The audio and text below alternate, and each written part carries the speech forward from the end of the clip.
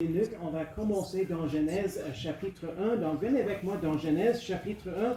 Mais pour commencer, je voudrais juste vous partager quelques détails juste pour nous faire réfléchir,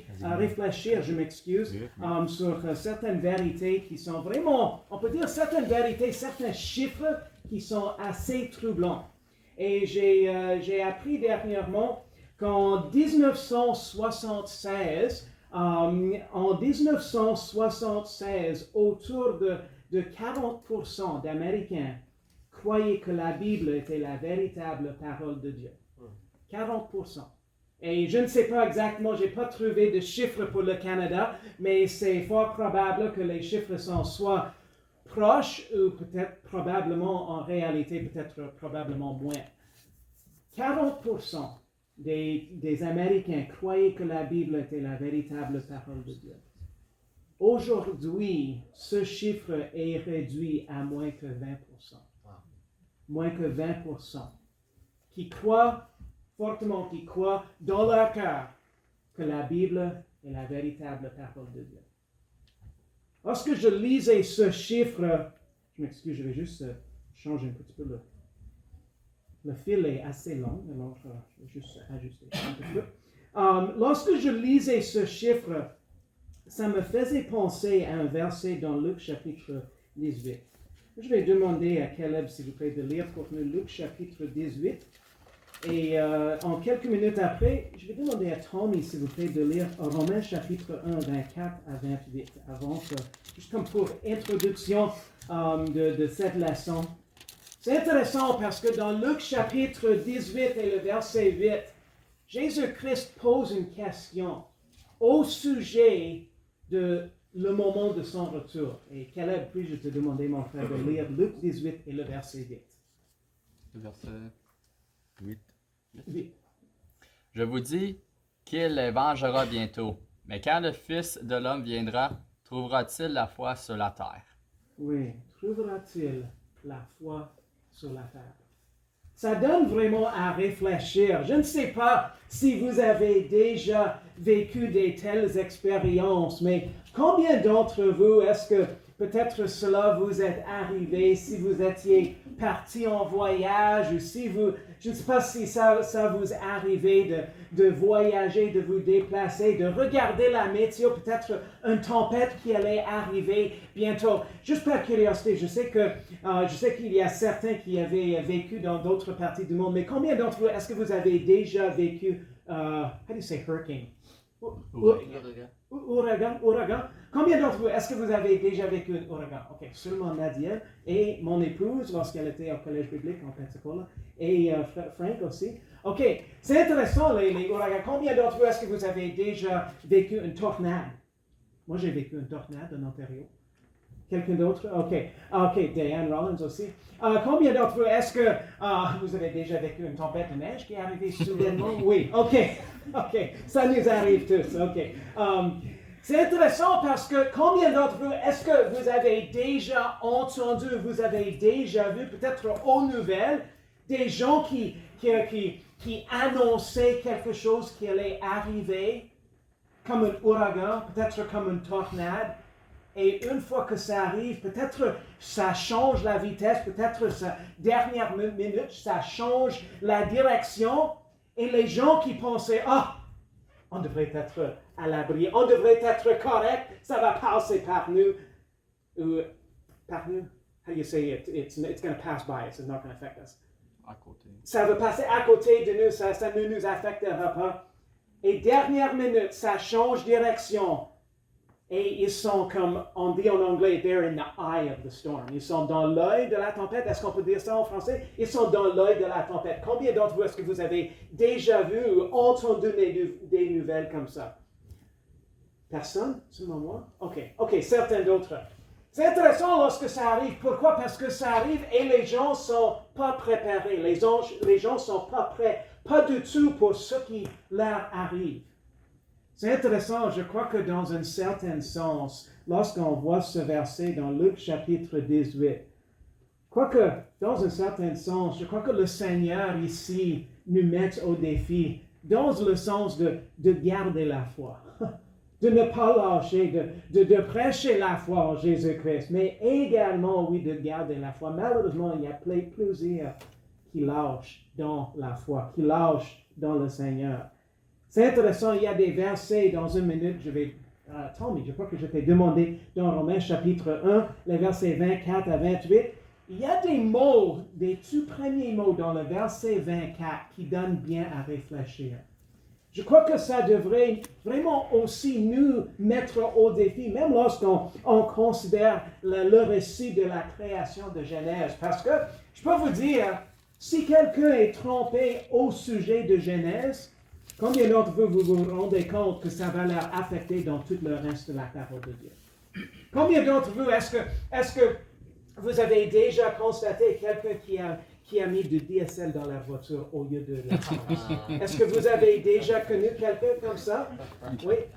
Combien d'entre vous, lorsque ça vous est arrivé, ou peut-être à vous, ou quelqu'un d'autre que vous connaissez, est-ce que vous pensez, peut-être ça va taffer un petit temps, peut-être ça va être correct? Est-ce que vous avez pensé ça? C'est intéressant, les premiers mots de Romains chapitre 1, 24, ça nous parle, et je vais demander à Tommy de lire ces versets pour nous. Romains chapitre 1, les versets 24 jusqu'au verset 28. Prenez en note surtout les 7 premiers versets du verset 24. C'est pourquoi aussi Dieu les a livrés dans les convoitises de leur cœur à une impureté telle qu'ils ont déshonoré eux-mêmes leur propre corps. Eux qui ont changé la vérité de Dieu en mensonge et ont adoré et servi la créature au lieu du Créateur, qui est béni éternellement. Amen. C'est pourquoi Dieu les a livrés à des passions honteuses, car les femmes parmi eux ont changé l'usage naturel en un autre qui est contre nature. De même, aussi les hommes naissant l'usage naturel de la femme ont été embrasés dans leur convoitise les uns pour les autres, commettant homme avec homme des choses infâmes et recevant en eux-mêmes la récompense qui était due à leur égarement. Et comme ils ne sont pas souciés de connaître Dieu, Dieu les a livrés à un esprit dépravé, en sorte qu'ils commettent des choses indignes. Merci beaucoup, Tommy. Est-ce que vous avez constaté cette même phrase, les 7 premiers versets, à 3 reprises, c'est répété? Qu'est-ce qui sont les 3 reprises que Dieu dit? Dieu les a livrés à 3 points. Première dans le verset 24, Dieu les a livrés dans les convoitises de leur cœur. Est-ce que c'est l'autre dans le verset 26? Quelqu'un? Dieu les a livrés Des passions honteuses. à des passions honteuses. Et le verset 28, un esprit dépravé. Moi, je dirais, ça devrait être une affaire très triste, très honteuse, mais également une affaire très scary. How do you say scary? Peureux, est-ce qu'on peut dire peureux? Craintif que Dieu nous a livrés. Et c'est intéressant, je crois que lorsqu'on considère Genèse chapitre 1, c'est pour cette raison, tout comme pour quelqu'un qui remplit une voiture de diesel au lieu de l'essence. Et juste par curiosité, on ne va pas se moquer de personne, mais combien d'entre vous, est-ce que cela vous est déjà arrivé à vous personnellement? Ok, juste Tim? Ok. Je connaissais quelqu'un d'autre qui avait une voiture qui avait mis, je crois qu'il a mis de l'essence dans une diesel, ce qui a fonctionné encore pire, je crois, si je me rappelle correctement. Mais savez-vous quoi? Lorsque cela arrive, évidemment, même si on ne constate pas l'erreur, on peut commencer, on peut démarrer la voiture en pensant, ok, on va y aller. La voiture commence à faire des problèmes et des bruits étranges commencent à se faire en dessous le capot. Savez-vous quoi? Je crois que c'est pour cette raison que c'est tellement important aussi qu'on est bien fondé dans la foi dès Genèse chapitre 1. Parce que, comme une voiture, si la voiture n'a pas une bonne essence, une bonne, soit l'essence ou le diesel, si la voiture n'a pas la bonne affaire là-dedans, savez-vous quoi? non seulement le départ sera rough, mais également le cheminement aussi. Et pour ceux qui rejettent Genèse et vraiment le départ dans la foi dans Genèse, moi je dirais c'est vraiment un chemin peureux. Parce que d'habitude, ce qui arrive, ceux qui rejettent le récit de biblique dès le début dans Genèse, ça les amène à un point où Dieu les a livrés. Alors, pour cette raison, on continue. Je voulais partager ça comme introduction, mais pour cette raison, on continue dans Genèse. Et dans Genèse chapitre 1, comme on a constaté dimanche dernier, évidemment, nous ne sommes pas Dieu, évidemment, Dieu connaît tout. C'est pour cette raison Dieu a pu tout créer le monde.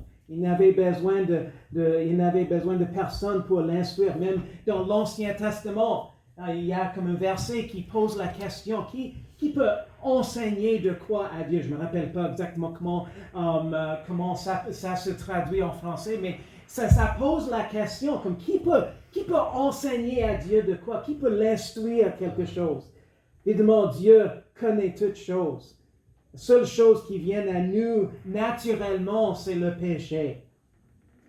Vous êtes rendus dans Genèse chapitre 1. Je voudrais que vous suiviez, s'il vous plaît, avec moi dans Genèse chapitre 1. Et on va lire les 8 premiers versets. Non, en fait, je vais vous demander votre implication, s'il vous plaît, dans la lecture. Genèse chapitre 1, les 8 premiers versets. Alors, moi, je vais lire le premier verset. Je vous invite à votre implication pour les 7 prochains versets. La Bible nous dit, Genèse 1 à 8, au commencement, Dieu créa les cieux et la terre. La terre était informe et vide, et il y avait des ténèbres à la surface de l'abîme, et l'Esprit de Dieu se mouvait au-dessus des eaux. Et Dieu dit que la lumière soit, et la lumière fut. Et Dieu vit que la lumière était bonne, et Dieu sépara la lumière avec les ténèbres.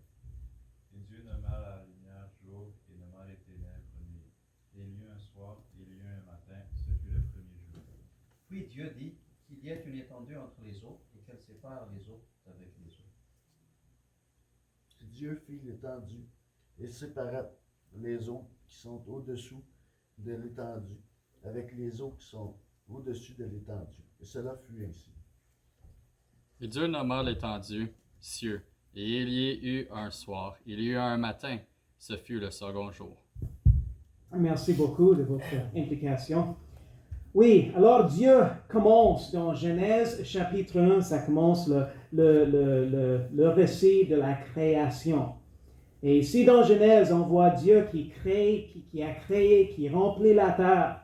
Et au début, lorsque Dieu a commencé à créer le monde, Dieu n'avait pas encore donné du monde de l'ordre qu'il allait lui donner. Imaginez-vous, juste pendant un instant, de vous placer, évidemment l'homme n'était pas présent à ce moment, mais juste imaginez-vous pendant un instant cette semaine de la création, ces 6 jours de la création. À quoi ça aurait dû ressembler d'être, souvent on dit, we say in English, to be a fly on the wall, d'être une mouche sur le mur, mais imaginez-vous à quoi cela aurait dû ressembler durant cette semaine de la création, de voir l'ordre qui était en train de se faire, que Dieu était en train de mettre de l'ordre dans le monde. Évidemment, la Bible nous dit dans les 3 premiers mots, comme on vient de constater, au commencement Dieu. Et vous savez-vous quoi? Que c'est là où la majorité du monde ont un gros problème, au commencement Dieu. D'habitude, le monde dit, tu ne peux pas croire cela. Mais c'est ce que la Bible nous dit. Mais c'est intéressant aussi parce que ceux qui rejettent le récit biblique, vous savez quoi? Ça, c'est un genre de foi, c'est un sens de foi, de croire. Comme lorsqu'on croit au sujet de ce qui est arrivé dans la création, ça prend de la foi. Pour ceux qui rejettent le récit biblique, ça prend de la foi en quelque chose ou en quelqu'un, n'est-ce pas? Vous comprenez-vous bien le sens? Ça prend de la foi soit en quelque chose, une force ou quelque chose, ou en quelqu'un, en Dieu lui-même, pour arriver à la conclusion pourquoi, comment nous sommes ici. Évidemment, la Bible, c'est le seul récit qui est correct parce que c'est la Bible qui est faite par Dieu lui-même, qui est le Créateur. Mais c'est intéressant aussi de considérer aussi, parce qu'un différent, on dit souvent, on utilise le terme different worldview, on peut dire, un différent comme point de vue dans le monde, différents points de vue, si c'est soit biblique ou non. Mais ça veut dire quoi? Un autre point de vue, si on peut dire, ça va tout à fait changer le reste de la vie aussi.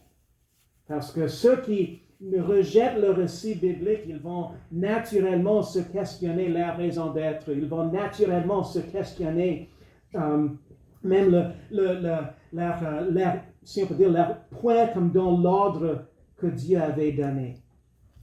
Le monde ici, lorsque Dieu a commencé à créer les choses, le monde était dans l'obscurité. La lumière n'existait pas. Les eaux couvraient toute la terre sèche n'existait pas. Il n'y avait pas de vie sur terre. Mais la Bible dit que l'Esprit de Dieu était là. Et il attendait l'ordre du Père de mettre en action l'œuvre de la création. Et on sait déjà qu'il y a un seul Dieu qui existe en trois personnes, Dieu le Père, le Fils et le Saint-Esprit. Et même dans la création, on peut voir à travers la création, même chaque membre de la Trinité qui était comme à l'œuvre, pour ainsi dire. Genèse chapitre 1 et le verset 2, la Bible, évidemment, on vient de lire, la terre était informe et vide et les ténèbres étaient à la surface de l'abîme et l'Esprit de Dieu se mouvait sur les eaux. On voit l'implication du Saint-Esprit dans la création. Est-ce que quelqu'un peut trouver, s'il vous plaît, Jacques chapitre 1, les versets 17 et 18, et quelqu'un d'autre, Colossiens chapitre 1, les versets 15 et 16. Jacques chapitre 1, les versets 17 et 18 nous montrent l'implication du Père dans la création. Jacques chapitre 1, 17 et 18, si quelqu'un vient de trouver ces versets. Jacques chapitre 1, 17 et 18, s'il vous plaît. Toute grâce excellente et tout don parfait viennent d'en haut et descendent du Père des Lumières, en qui il n'y a ni variation ni ombre de changement. Il nous a engendrés selon sa volonté par la parole de la vérité, afin que nous fussions comme les prémices de ces créatures. Amen. Quelqu'un d'autre, Colossiens chapitre 1, les versets 15 et 16, ça nous montre l'implication du Fils de Dieu dans la création. Colossiens chapitre 1, les versets 15 et 16. Tout au début, ça nous montre l'implication du Fils de Dieu. Le Fils est l'image du Dieu invisible, le premier-né de toute la création. Car en lui ont été créées toutes les choses qui sont dans les cieux sur la terre, les visibles et les invisibles, trône, dignité, domination, autorité. Tout a été créé par lui et pour lui. Amen. Merci beaucoup.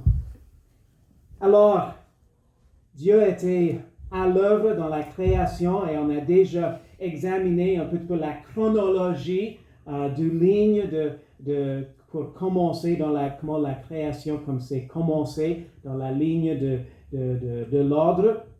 Mais également, lorsqu'on considère cet ordre que Dieu avait fait, également on considère le premier jour et Dieu dit que la lumière soit, que la lumière soit et la lumière fut. Moi, je trouve c'est vraiment formidable de considérer le pouvoir, la puissance de Dieu, même dans la création. Parce que Dieu n'a rien fait que de parler.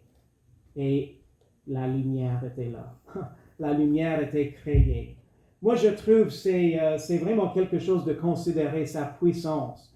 Évidemment, on a vu que certaines de ces choses déjà. Dans la création, le premier jour, Dieu a créé les cieux et la terre et la lumière. Et Dieu a ordonné que la lumière brille. Et Dieu a simplement parlé. Il a ordonné que la lumière brille dans les ténèbres et la lumière est apparue. Il n'y avait pas de lumière dans le monde jusqu'à ce que Dieu a créé la lumière. Dieu seul a une telle puissance. Souvent, lorsqu'on considère ce récit de la création, moi je crois que souvent ce serait impressionnant de pouvoir faire de telles choses que Dieu fait. Évidemment, parfois, lorsque ça arrive qu'on a faim, est-ce que ça arrive parfois à vous autres d'avoir faim comme tout à coup et que c'est comme, j'ai besoin de la nourriture maintenant. Est-ce que ça vous arrive? Ok, super. Je ne suis pas seul là-dedans. Donc, Tim et Melissa et mes enfants, vous comprenez bien parfois ce qui m'arrive.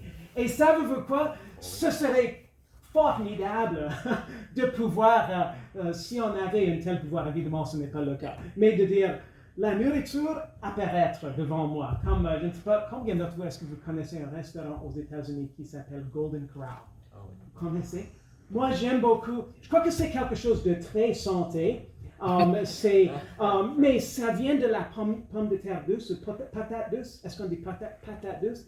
Et c'est un sweet potato casserole avec des guimauves, une casserole à patate douce avec des guimauves là-dessus et un petit peu le sucre brun. Tartine, c'est sucre brun? Cassonade.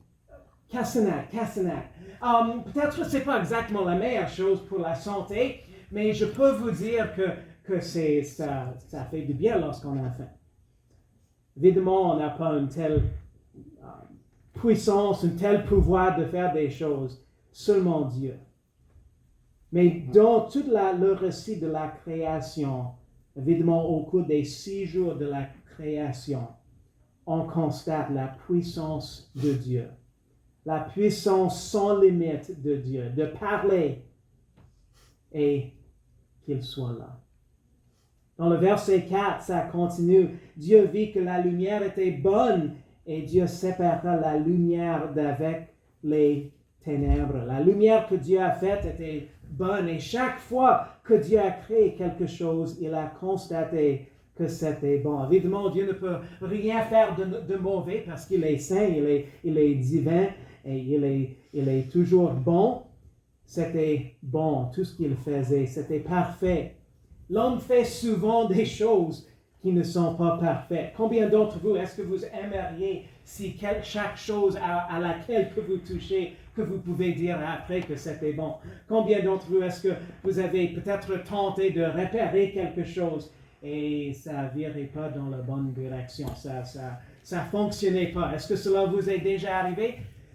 Imaginez-vous chaque chose à laquelle vous touchez que c'est bon, mais c'est ce que c'est pour Dieu seul, parce que Dieu est parfait, que Dieu est saint, il est divin. Et il ne fait rien de mauvais. Les choses que l'homme fabrique ne sont pas toujours sans faute, mais tout ce que Dieu fait est tout à fait parfait. Parce que Dieu est saint, il n'y a rien de mauvais en Dieu.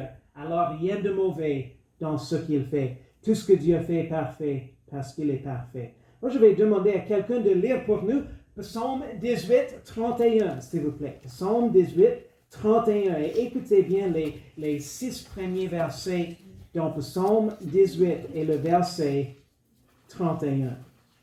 Psaume 18 et le verset 31. La voix de Dieu est parfaite, la parole de l'Éternel est éprouvée, il est un bouclier pour tous ceux qui se retirent vers lui. Oui, merci beaucoup. Est-ce qu'on peut répéter ensemble les 6 premiers versets, les 6 premiers mots, je m'excuse? La voix de Dieu est parfaite. Est-ce que vous êtes content que la voix de Dieu est parfaite? Dieu ne fait jamais d'erreur. Quelle bénédiction!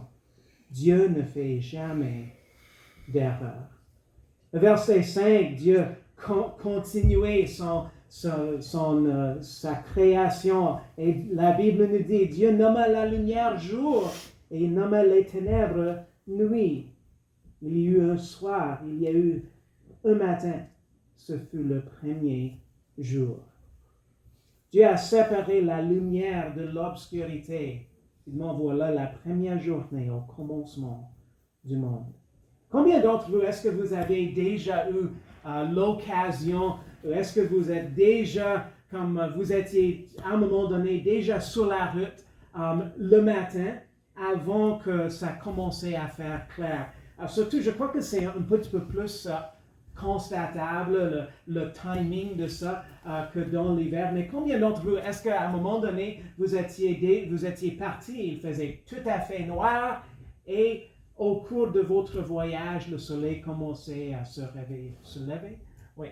C'est intéressant lorsque ça arrive, parce qu'on voit de la progression même du lever du soleil. Je me rappelle à un moment donné, lorsqu'on faisait les voyages sur la côte nord, partir de bonne heure, et si dans un certain sens, on suivait, dans un certain sens, le lever du soleil en allant vers l'ouest. Et je trouvais ça très intéressant parce que lorsque j'étais parti, c'était comme 4h35 et c'était juste tôt le matin, c'était juste clair sur la côte nord. Et je me rappelle au cours du voyage, c'était devant moi, dans un certain sens, c'était comme un petit peu obscuré.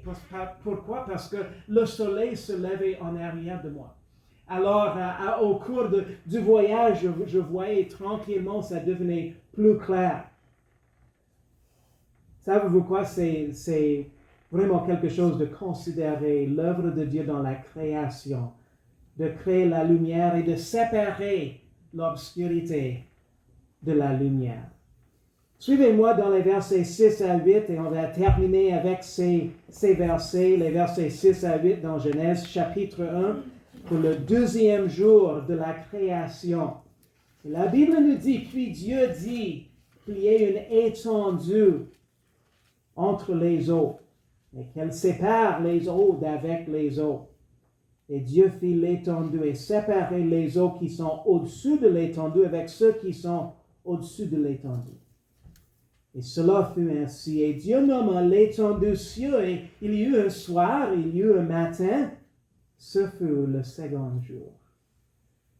Alors Dieu a continué son œuvre de la création. Le deuxième jour, Dieu a continué son œuvre de création. Et c'est lors de ce deuxième jour de création, que Dieu a créé l'air et le ciel. Il a placé une partie de l'eau comme au-dessus du ciel. Et on a déjà appris qu'au commencement, la terre était couverte de l'eau. Mais ici, on voit que Dieu a comme soulevé une partie de cette eau pour la mettre au-dessus du ciel. Dieu a placé cette partie ici. On va évidemment en apprendre plus alors qu'on continue.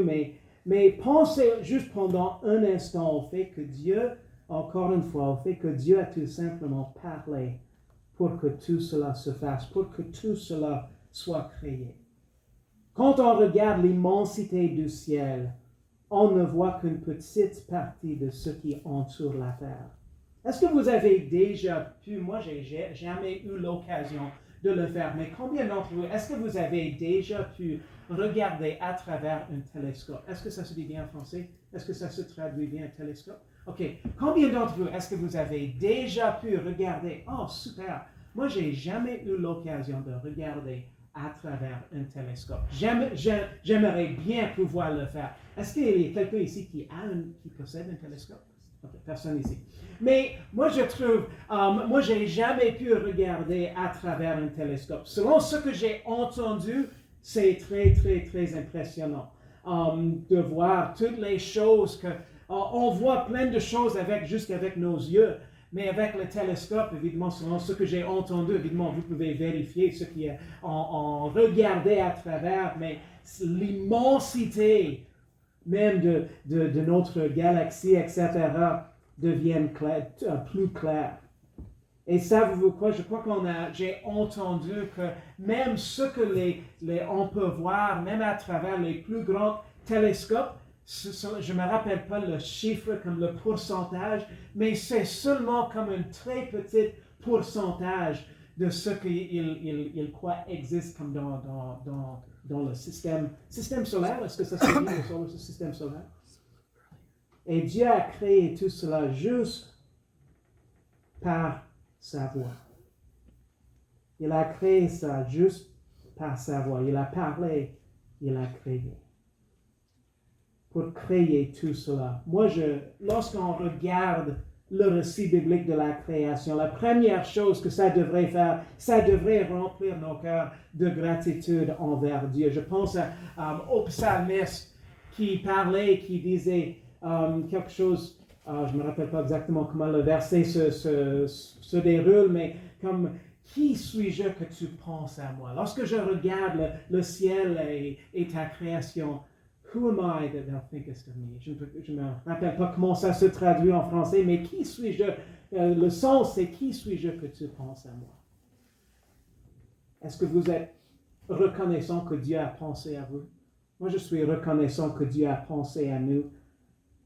Quelle bénédiction que même Dieu, dans son pouvoir, dans toute sa puissance, même dans tout ce qu'il a créé, qui est si beau, qui nous entoure, il s'occupe et il se préoccupe de vous. On devrait avoir des cœurs qui sont remplis de reconnaissance, de pouvoir connaître Dieu par sa parole et en apprendre davantage au sujet de comment vivre avec sagesse pour sa gloire. Merci Seigneur de ta parole. Merci Seigneur que tu nous donnes le récit, Seigneur, le parfait récit de ta création. Tu nous donnes ton récit, Seigneur, de ton plan. Et Seigneur, en outre, Seigneur, toi, tu te préoccupes de nous. Et Seigneur, tu nous aimes, Seigneur, et tu voudrais avoir une relation personnelle avec chacun d'entre nous.